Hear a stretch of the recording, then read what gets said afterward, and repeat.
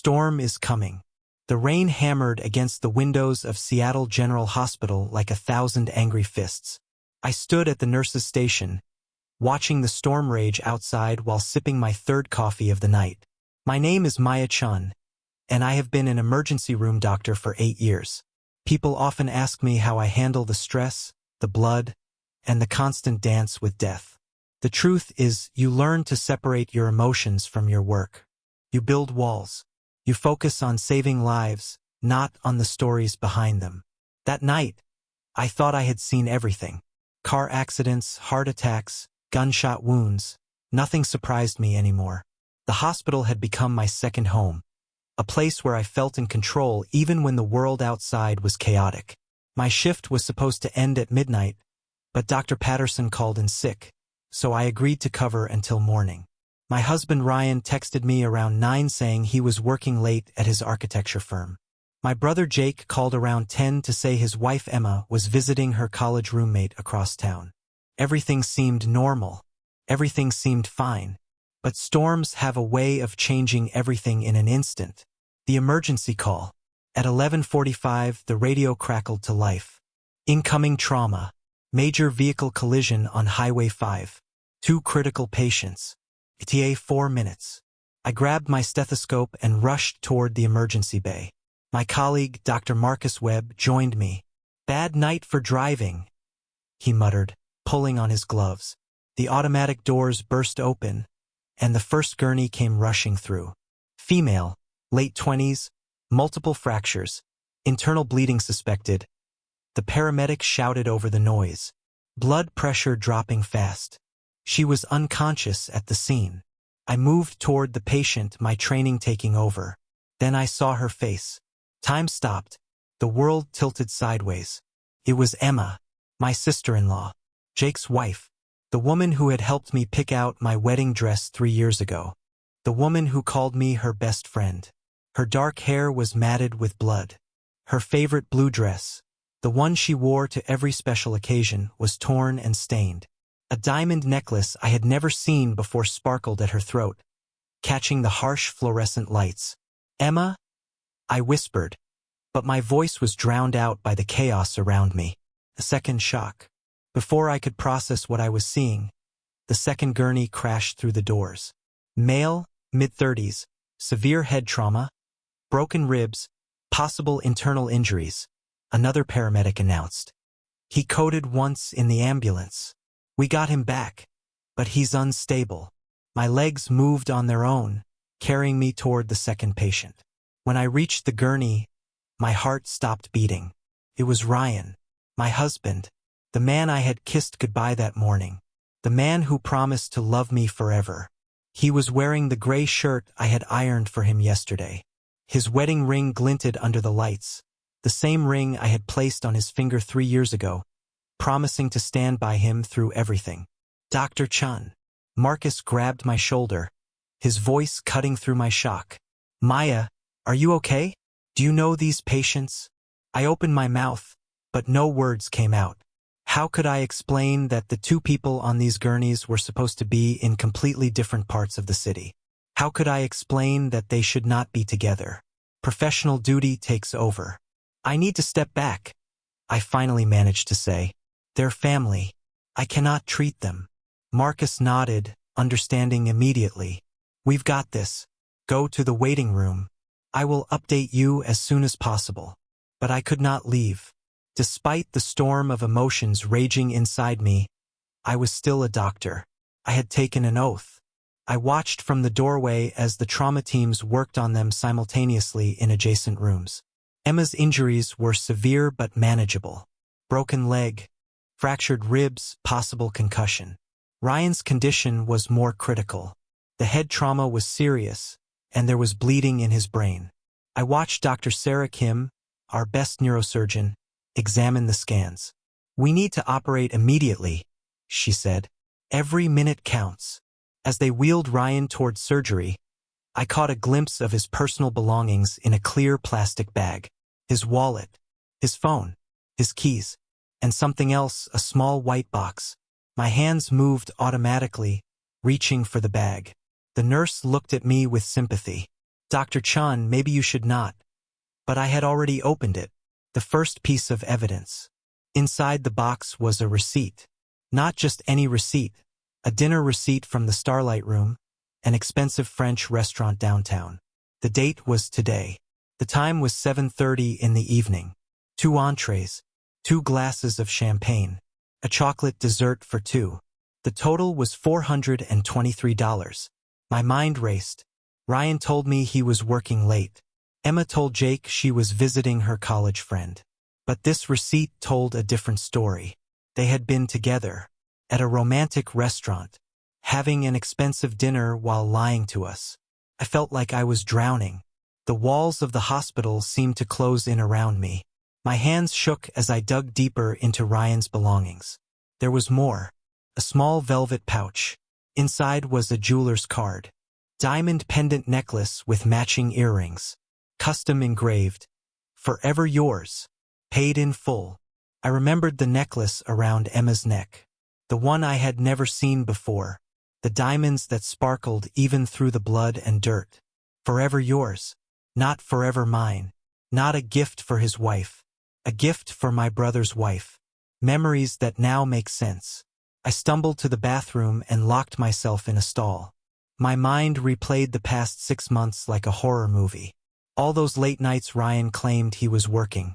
All those times Emma said she had yoga class or book club. The secret smiles. They shared at family dinners. The way Ryan's hand would linger on Emma's shoulder just a second too long. The way Emma always laughed too hard at Ryan's jokes. 3 months ago, Jake and Emma went through a rough patch. Emma said she needed space, that marriage was harder than she expected. I had counseled her, given her advice, told her that all marriages have difficult moments. I had encouraged her to stay with my brother, to work through their problems. The whole time, she was sleeping with my husband. 2 months ago, Ryan and I talked about starting a family. He said he was not ready, that his career needed more attention. Now I understood. He was building a future, just not with me. Last month, Emma asked to borrow my grandmother's pearl earrings for a special event. I gave them to her happily, thrilled that she considered such an occasion important. Now I wondered if she wore them while betraying me. The long night begins. I returned to the emergency department with my face carefully composed. Years of medical training had taught me to hide my emotions, to wear a mask of professional calm. I would need that mask now more than ever. Marcus found me in the hallway. Ryan is out of surgery. It went well, but the next 48 hours are critical. He is in the ICU, still unconscious. Emma is stable. We set her leg and stitched up her lacerations. She is awake and asking for family. I will see her, I said. My voice steady despite the rage boiling inside me. Marcus looked at me with concern. Maya, maybe you should wait. Let Jake. I am fine, I interrupted. I am a doctor. I can handle this. I walked into Emma's room. She was pale, her eyes red from crying. When she saw me, relief flooded her face. Maya, thank God. I was so scared. The accident, everything happened so fast. A truck ran a red light and hit us. We did not see it coming. Us? I asked quietly, sitting in the chair beside her bed. You and Ryan were together? Emma's eyes widened. For a moment, I saw panic flash across her face. Then she recovered, her expression shifting to confusion. Ryan? No, I mean yes, but not like that. My car broke down on the highway. Ryan happened to drive by and offered me a ride. Pure coincidenze. He was so kind. The lie unfolds. I nodded slowly, watching her carefully. She was lying. Every instinct I had as a doctor, trained to read body language, to notice the smallest signs of distress, told me she was lying. Her pupils were dilated. Her breathing was shallow. Her fingers twisted the hospital blanket nervously. Where were you coming from? I asked, keeping my voice gentle and concerned. Emma hesitated for just a second too long. From my friend Rachel's house. Remember? I told Jake I was visiting her. And Ryan picked you up on the highway? Yes. Like I said, my car broke down. I was calling a tow truck when he drove by. What are the chances, right? The chances were zero, I thought, because Ryan was supposed to be at his office downtown, and Rachel lived in the opposite direction from where the accident occurred. But I smiled at Emma, squeezing her hand gently. You are so lucky he found you. What a blessing. Emma relaxed slightly, believing I had accepted her story.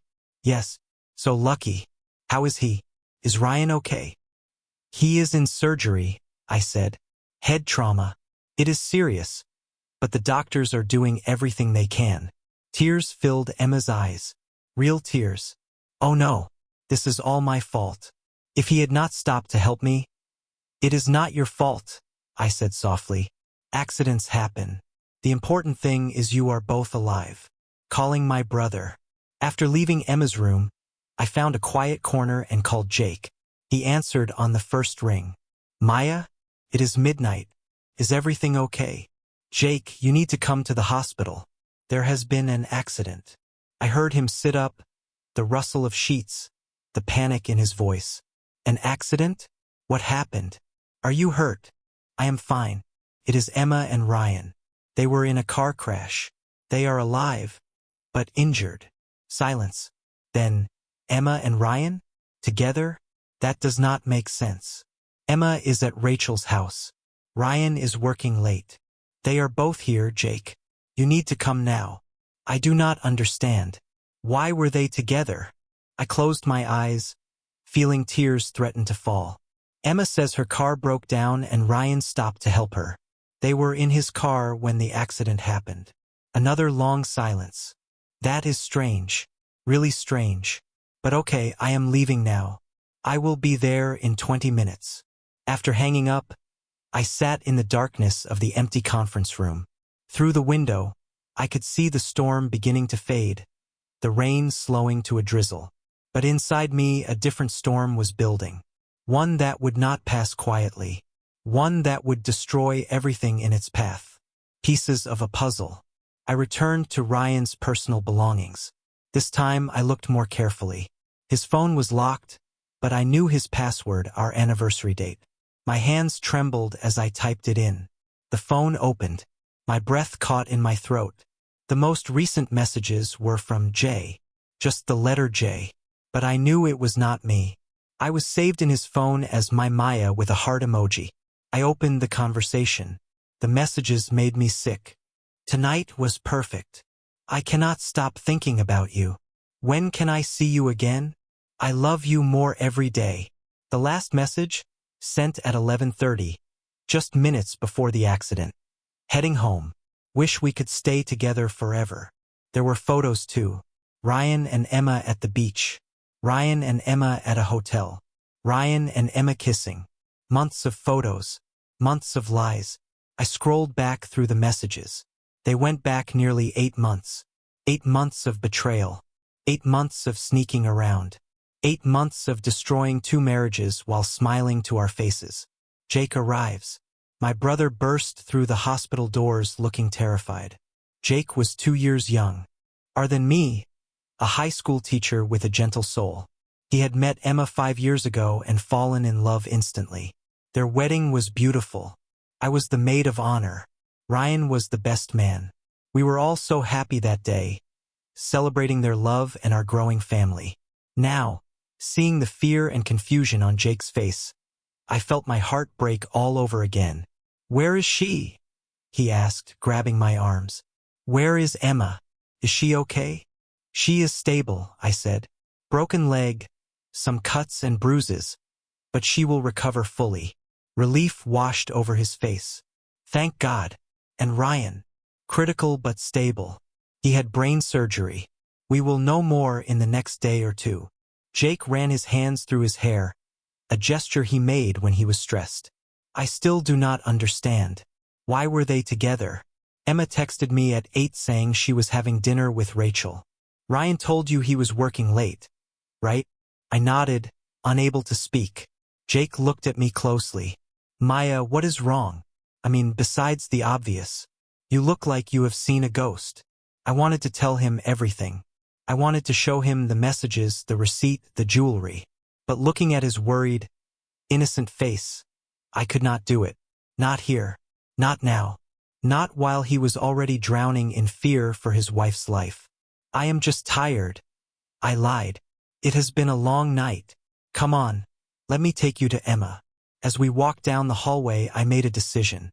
I would not confront them yet. I would not show my hand.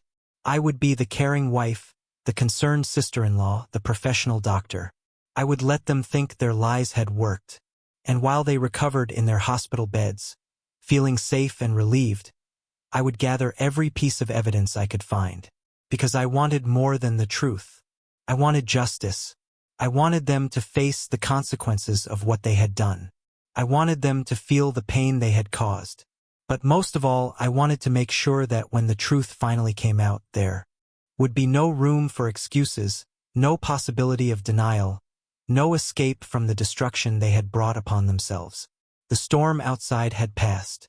But inside these walls, a much bigger storm was about to begin. End of part 1. What happens next? Type part 2 to continue Maya's journey of discovery and see how she gathers evidence of the ultimate betrayal. B2 Part 2. The Investigation. Playing the Perfect Wife. The next morning, I stood in front of the bathroom mirror practicing my smile. It had to be perfect, concerned but not suspicious, loving but not desperate. After years of maintaining composure in the emergency room, I knew how to hide my emotions. But this was different. This was personal. I splashed cold water on my face and headed back to the hospital, ready to play the role of my life. Ryan woke up around noon. I was sitting beside his bed, holding his hand, when his eyes fluttered open. The monitors beeped steadily, tracking his vitals. For a moment, confusion clouded his face. Then he saw me and relief washed over him. "Maya," he whispered, his voice rough and weak. "What happened? Where am I?" I leaned forward, stroking his forehead gently. "You were in a car accident, honey. You have been in surgery. But you are going to be okay. I am here. I am not going anywhere." Tears formed in his eyes. Real tears. I was so scared. I thought I was dying. Part of me wanted to scream at him, to throw the evidence in his face right then.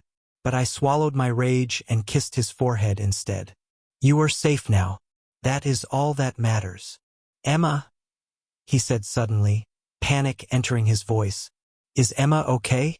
"She was in the car with me." I watched his face carefully. He was trying to figure out how much I knew, what story he should tell. "She is fine," I assured him.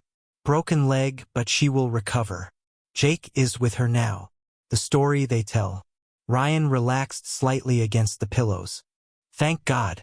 I was driving home from work when I saw her on the side of the highway. Her car had broken down. I could not just leave her there in the storm, so I offered to drive her home. Then that truck came out of nowhere and... He stopped, closing his eyes as if the memory was too painful. "You did the right thing," I said softly. "You saved her life by stopping to help. You are a hero." The word tasted like poison in my mouth, but I forced it out with a smile. Ryan squeezed my hand. "I am just glad we are both alive. When I saw that truck coming, all I could think about was you. About how much I love you. About how I never want to leave you." Each word was a knife in my heart. How could he lie so easily? How could he look into my eyes and speak of love while his phone held months of messages to another woman? But I maintained my mask, squeezing his hand back. "I love you too," I whispered. "Rest now. We will have plenty of time to talk later." As I left his room, I saw Jake coming down the hallway. My brother looked exhausted, his eyes red from lack of sleep. "How is Ryan?" he asked. "Awake and talking. The doctors are optimistic." Jake nodded, rubbing his face. "Emma told me what happened, about her car breaking down and Ryan stopping to help. What are the odds, right? They were so unlucky with that accident, but so lucky that Ryan found her first. If she had been alone on that highway when the truck hit..."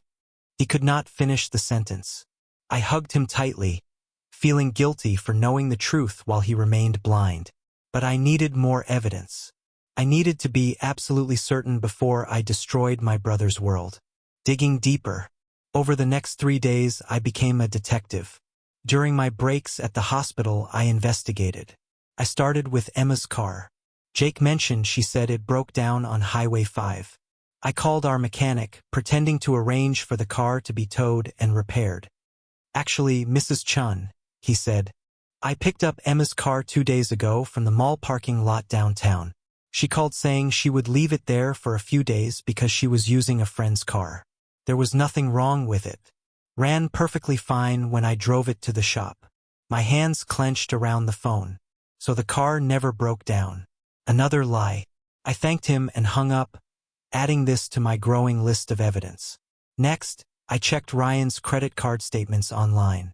My heart pounded as I scrolled through the transactions. The Starlight Room restaurant, $423 on the night of the accident. But there was more. So much more. The Seaside Inn, a romantic beachfront hotel, $600, 3 weeks ago.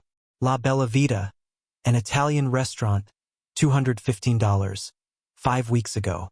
The Metropolitan Hotel, $750, 2 months ago. Tickets to a concert I had never attended with him. Purchases from lingerie stores. Flowers from a shop I had never received deliveries from. Each transaction was dated on nights when Ryan claimed he was working late or on weekends when he said he had client meetings. I cross-referenced the dates with my own calendar and Jake's social media posts. Every single time, Emma had been unavailable too, at yoga, at book club, visiting friends. The pattern was undeniable. Security footage. I contacted my friend Lisa, who worked as a security manager at the Metropolitan Hotel. We had gone to medical school together, and she owed me a favor after I helped her mother through a difficult surgery last year. Lisa, I need to see security footage from your hotel, I said during our coffee meeting. It is personal. I cannot explain everything, but I need your help. Lisa studied my face, seeing the pain I was trying to hide. What dates? I gave her 3 dates from Ryan's credit card statements. 2 days later, Lisa handed me a flash drive across a table at a quiet cafe. I do not know what is going on, Maya, but I am sorry for whatever you are dealing with. The footage is all there. I included the parking lot, lobby, and elevator cameras. That night, after my shift ended, I sat in my car in the hospital parking lot and watched the footage on my laptop. The first video showed Ryan's car pulling up to the hotel. He got out, walked around, and opened the passenger door. Emma stepped out, wearing a red dress I had never seen before. They held hands as they walked into the lobby. At the front desk, Ryan checked in while Emma stood close to him, her head resting on his shoulder. The elevator footage was worse. As soon as the doors closed, they were kissing. Passionate, desperate kisses. Ryan's hands in Emma's hair. Emma's arms around his neck. The way he looked at her, it was the way he used to look at me 3 years ago when we were newlyweds. The footage from the second date showed the same pattern. And the third. Each video was harder to watch than the last. The jewelry store. I remembered the diamond necklace Emma wore during the accident. The receipt in Ryan's pocket mentioned custom engraving. Forever yours. I drove to Brilliance Jewelers, the store listed on the receipt. The salesman remembered Ryan immediately. Oh yes, Mr. Chun. He is one of our favorite customers. He has purchased several pieces over the past few months. My stomach twisted. Several pieces? The salesman pulled up the account on his computer. Let me see. There was the diamond pendant necklace with Forever Yours engraved. That was his most recent purchase 3 weeks ago.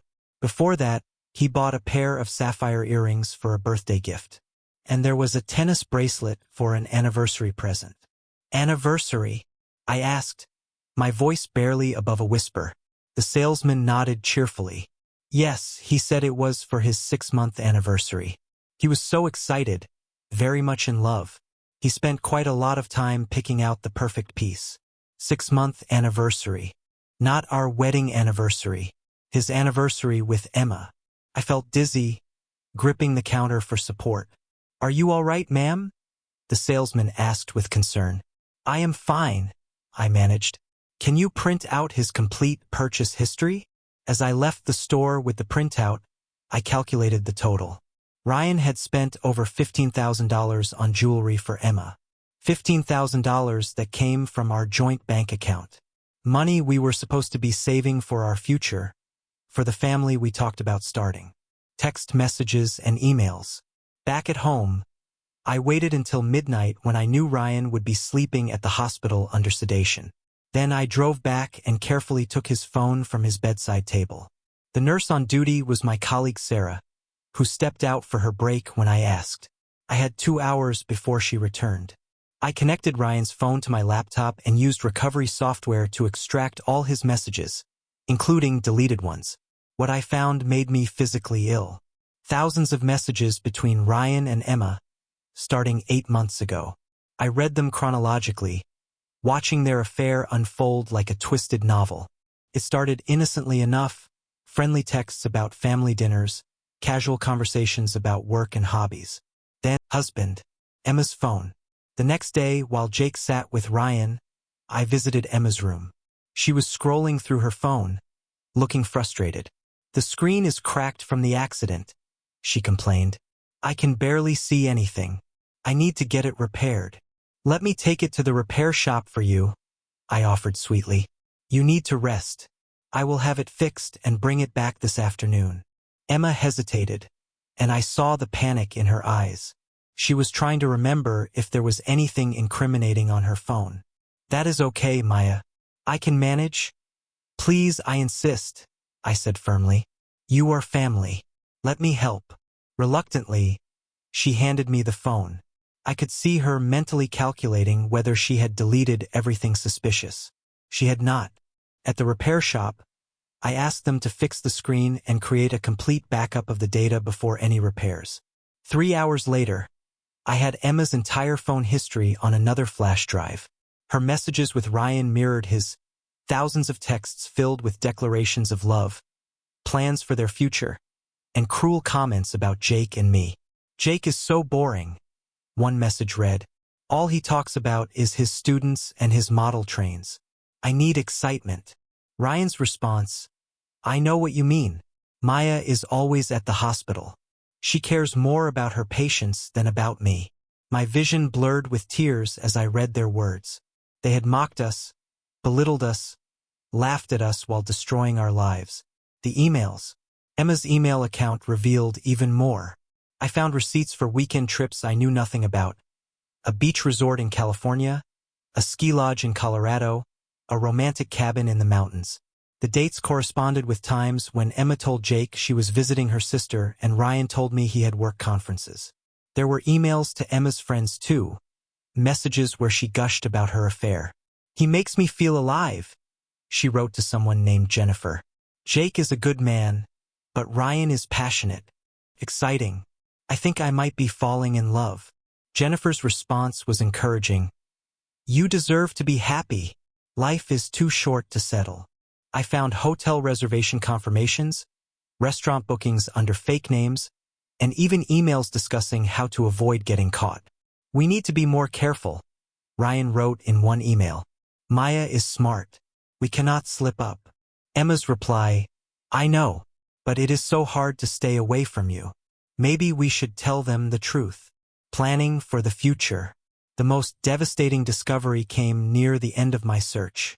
I found a shared document titled, "Our Future." It was a detailed plan for their life together. They had discussed divorcing Jake and me, moving to Portland where they could start fresh, and building a new life together. They had looked at apartments, researched jobs, even planned what they would tell people about how they met. "We will say we found each other after our divorces," Emma had written. "No one needs to know we fell in love while married to other people. We can have a beautiful wedding, maybe on a beach. I have always wanted a destination wedding." Ryan's additions to the document included timelines. "We should wait until after Jake's promotion at work," he wrote. "He will be more financially stable and able to handle the divorce better. Maybe 6 more months. 6 more months of lies. 6 more months of betrayal." They had calculated everything, even the best timing to break our hearts to minimize their guilt. I sat in my car reading this document, tears streaming down my face. But alongside the grief, something else grew. A cold, determined rage. The private investigator. I hired a private investigator named Marcus Stone. I gave him copies of everything I had found, the credit card statements, the hotel footage, the text messages, the emails. I need more, I told him. I need proof that will hold up anywhere. Proof that cannot be denied or explained away. Marcus was a former police detective professional. Exciting. I think I might be falling in love. Jennifer's response was encouraging. You deserve to be happy. Life is too short to settle. I found hotel reservation confirmations, restaurant bookings under fake names, and even emails discussing how to avoid getting caught. We need to be more careful, Ryan wrote in one email. Maya is smart. We cannot slip up. Emma's reply, I know, but it is so hard to stay away from you. Maybe we should tell them the truth. Planning for the future. The most devastating discovery came near the end of my search. I found a shared document titled, Our Future. It was a detailed plan for their life together. They had discussed divorcing Jake and me, moving to Portland where they could start fresh, and building a new life together. They had looked at apartments, researched jobs, even planned what they would tell people about how they met. We will say we found each other after our divorces, Emma had written. No one needs to know we fell in love while married to other people. We can have a beautiful wedding, maybe on a beach. I have always wanted a destination wedding. Ryan's additions to the document included timelines. We should wait until after Jake's promotion at work, he wrote. He will be more financially stable and able to handle the divorce better. Maybe 6 more months. 6 more months of lies. 6 more months of betrayal. They had calculated everything, even the best timing to break our hearts to minimize their guilt. I sat in my car reading this document, tears streaming down my face. But alongside the grief, something else grew. A cold, determined rage.